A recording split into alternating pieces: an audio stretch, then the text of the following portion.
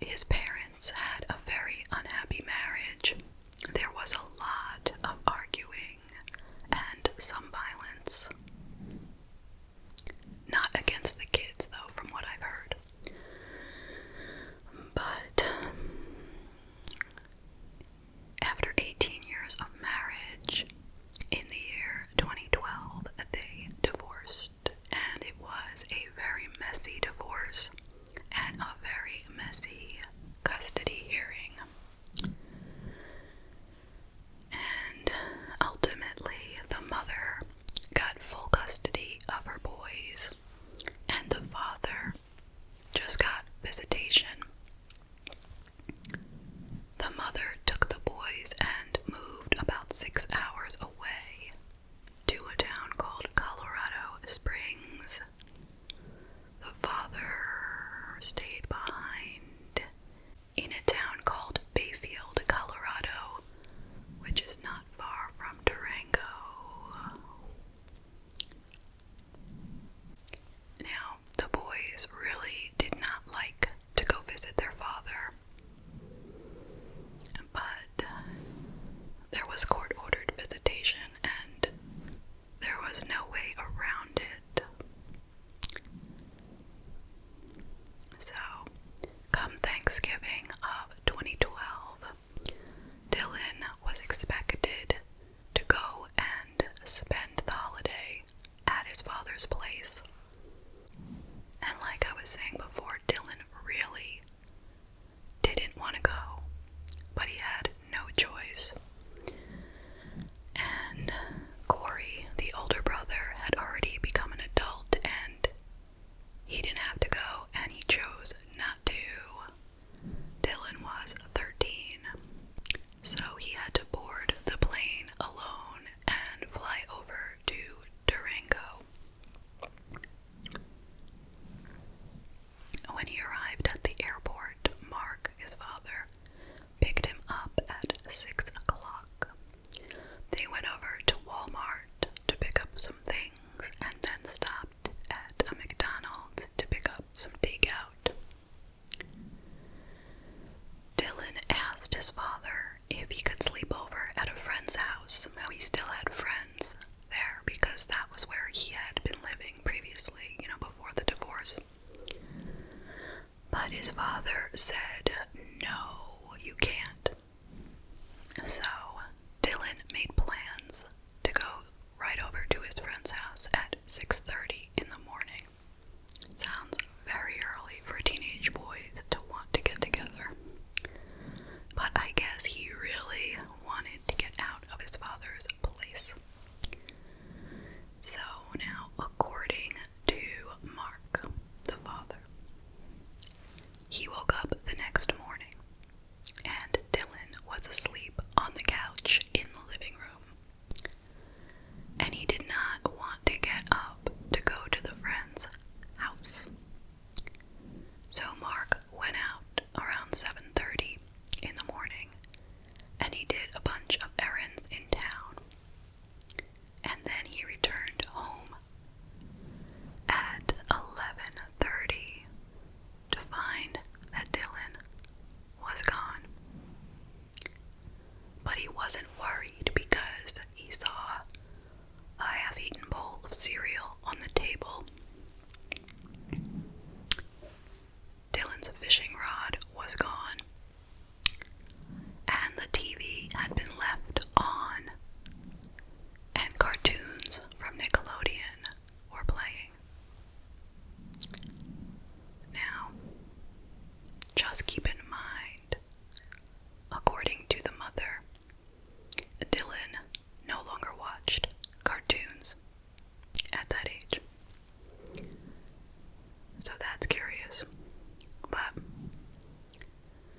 the father decided he would just take an afternoon nap. When he woke up at 1:30, Dylan had not come back. So he sent Dylan some texts, and he didn't hear anything. So around 3, he went out looking for Dylan.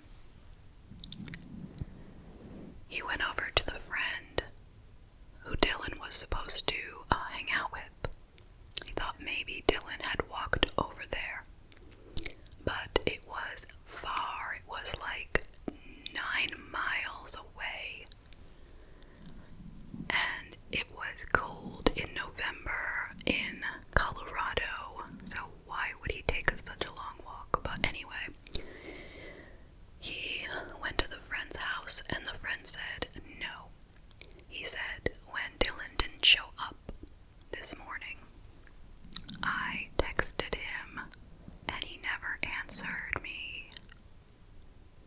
And I texted him a few times and he did not respond. So Mark went home and called the mother, Elaine, and he asked her, would you happen to know where Dylan is? And she was like, are you kidding? How would I know where he is? He was with you, not me. She was fuming. And she was fuming that he had waited that long when Dylan was gone since hours before. But she contacted the police, and she and Corey hopped into the car and drove the 6-hour over to Durango to try to look for Dylan. So the police started a search and rescue effort. They put out lots of officers, drones, and dogs, and they combed through the massive wilderness and mountains as best as they could. The family got their own search effort going and got together a reward to offer. But strangely enough, Mark did not help. He wasn't involved really at all, and really wasn't very worried for some reason. After 9 days of searching, unfortunately, they turned it into a recovery effort rather than rescue, meaning they're no longer looking for someone who is alive, but more likely deceased.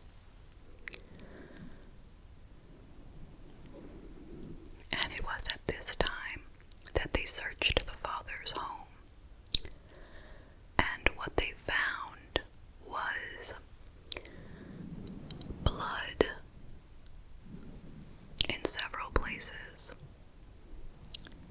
There was blood on the love seat that was a definite match for Dylan's DNA. The other blood was found on the living room floor in front of the love seat, under the rug, and on the edges of the coffee table. But those ones were not able to be exactly matched to Dylan, but they felt that they were matched to someone similar to his profile, maybe him, but maybe someone else in the family, so not definitive. And Mark's girlfriend reported that Dylan had cut his finger the year before and bled on the couch, so that explained it. Then the police asked the mother and father to do a polygraph. The mother passed, but the father failed. Kind of makes me wonder, when people take polygraphs, if they know that they did it, why would they take the polygraph? I mean, I know we've all heard that that you can, beat a polygraph, but I wouldn't count on it. But anyway, who's to say he did it? We haven't gotten that far, have we? So, believe it or not, February of 2013, the family decided to go on the Dr. Phil show. Now, I would ask myself why anyone would go on that show, because Dr. Phil, let's be real, he's not there to help you. He is there to exploit you for ratings. And the more crazy your case is, and the more messed up you are, the more he wants you on the show. But I can only imagine that the mother was hoping that she would get this story out there, and maybe people would have some information to help her find her son. But basically, when they went on the show, Elaine, the mother, and Corey, the brother, just talked about how they really felt that it was Mark who did it. And Mark sat there and, of course, said he didn't do it. Tried to point the finger elsewhere. And Dr. Phil asked him if he would take a polygraph, which to me seems totally pointless, but if you've watched Dr. Phil, that's one of his favorite things to do. So, I mean, the father had already taken a polygraph, so why do we need another one? But anyway, the father said, yeah, sure, no problem. Then, when it came time to take it, he changed his mind.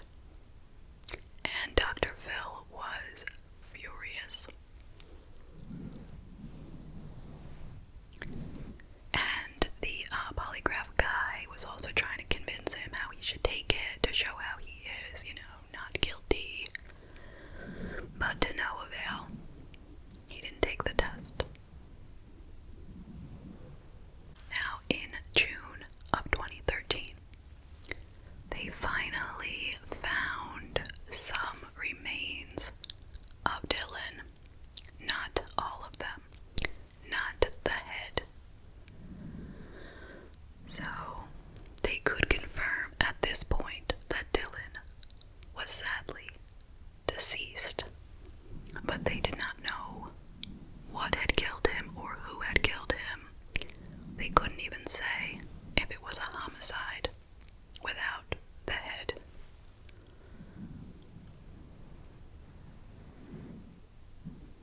Now, it wasn't until August of 2015 that they finally declared that Mark was a person of interest. So now most of us realize person of interest doesn't really mean that much. It just means that they're looking at you, they're thinking it might be you, but they're not arresting you. Nothing goes in your record. They just are focusing on you, that you might know something, or you might have done it. And then, in November of 2015, now let's do the math. He went missing in November of 2012. November of 2015, 3 whole years later, they found the skull a mile and a half away from the rest of the body. And by analyzing the skull, they were able to say that it had been a homicide, not an animal attack, not just starvation or anything. There was blunt force trauma and a fracture to the skull.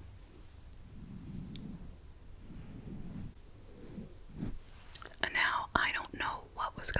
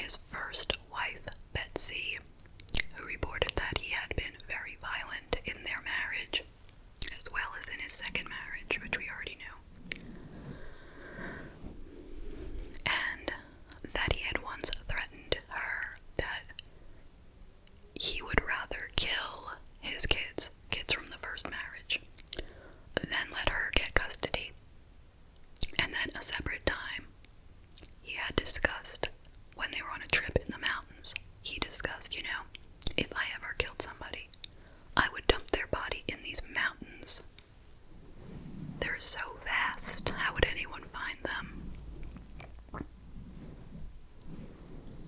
Now, the most sensational part of this case is what I'm about to tell you now.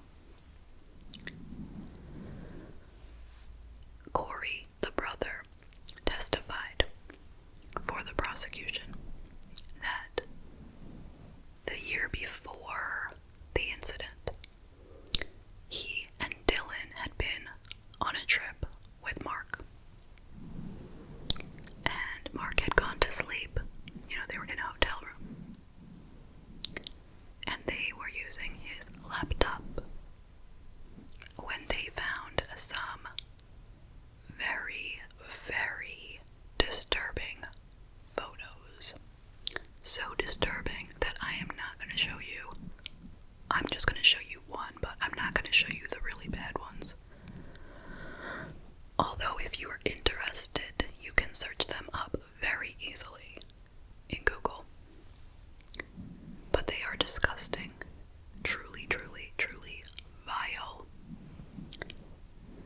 These photos were of Mark wearing women's lingerie and makeup, and he was eating the contents of a dirty diaper. I kid you not. And it is very graphic. You can totally see the mess that he's all up in, okay? I don't want you to lose your lunch, so I won't really go that much into it, but imagine how disturbing this was for these boys. I don't know how they contained themselves. At the very least, if I were them, I would have told my mother. But anyway, I guess that they didn't say anything at that point, and Corey took some photos on his phone of the computer images. And that was that. Now, when this information was brought up, Mark said these photos were fake and that the mother, Elaine, had made them, had photoshopped him into these photos.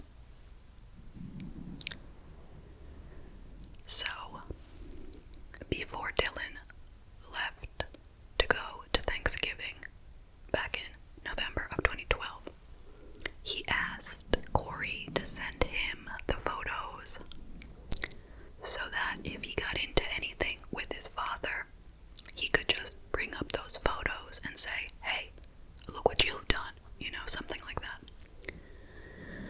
So, the prosecution claimed that that was the motive for the murder. That Dylan had presented these photos and that Mark was so enraged and so shamed that he went in this huge rage and killed the boy. And then they claim that he decapitated him and dismembered him right there on the living room floor, and then took his body in the truck and scattered him in the mountains. Now, the defense said that all the evidence presented was either inaccurate or, you know, flimsy, or like I said, the photos were fakes. And that really what had happened was most likely Dylan had ran away, which, by the way, was brought up in the beginning by the police, and the mother was like, there's no way he would have ran away. You know, if things were that bad, at least he just would have called me. You know, if he ran away, he would have called and said, I just ran away, and I would go get him. But the defense was saying he ran away and got attacked by an animal, or was shot by a hunter, was another idea that the father had. So that was kind of where it stood. The verdict finally came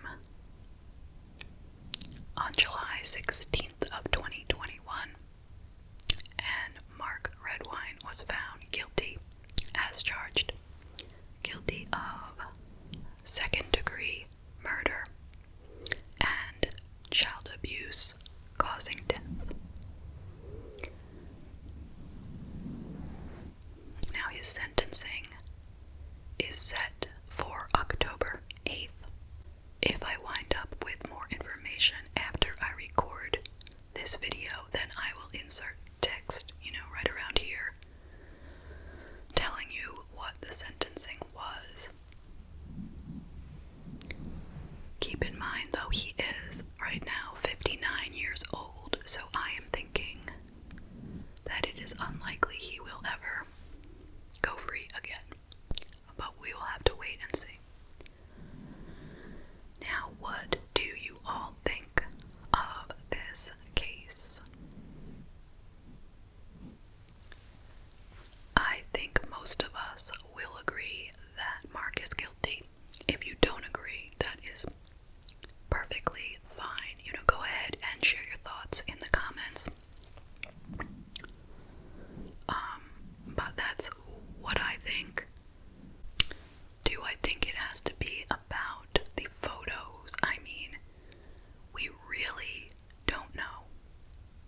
We have no way, unless Mark tells us, we have no way of knowing that those photos had anything to do with it. I mean, it's possible, but that's really just kind of guessing, But I mean, I do believe they got into some kind of heated argument, and that's what caused the murder, which I don't think he planned or wanted to do per se. Just that he's a full-grown man and Dylan was just a 13-year-old boy.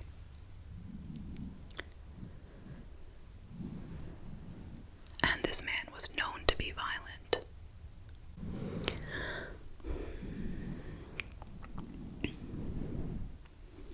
But I feel that after he did it, I don't think he was as moved as most people would be. I don't feel that he was like, what did I just do? Oh my god, I just killed my son. Like, it seems like he doesn't really have that much of a conscience. And, I mean, the fact that he then dismembered the boy, I mean, that is something that most of us don't have the stomach to do, Like, how does he do that? I mean, that is his flesh and blood, his son.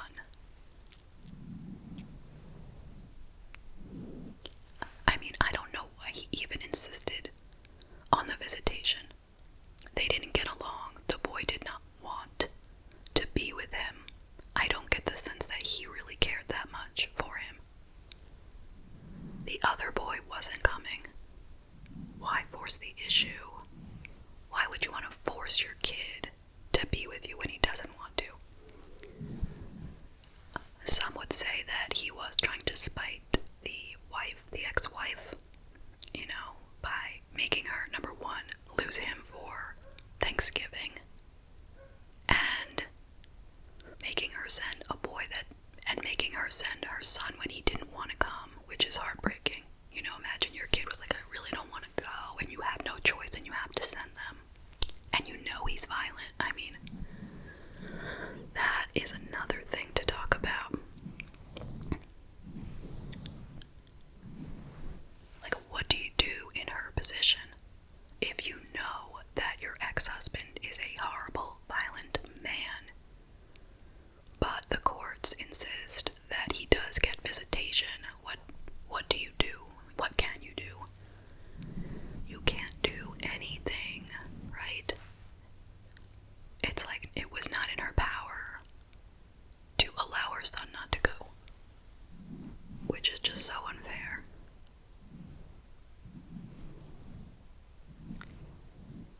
But that's the way the system works. And they want to, allow fathers who have lost custody, they want them still to be able to stay in their children's lives. So that's the thing, and every case is different, but the courts don't really know what's going to happen in the future, Like, hindsight is 20/20, of course. But anyway, I mean, the whole thing with the pictures is extremely sick. Extremely. Like, I know people have all kinds of fetishes. I know it. And it's like, live and let live, you know what I mean? It's not hurting anybody. And I would guess it was, he's just assuming there was nobody else there.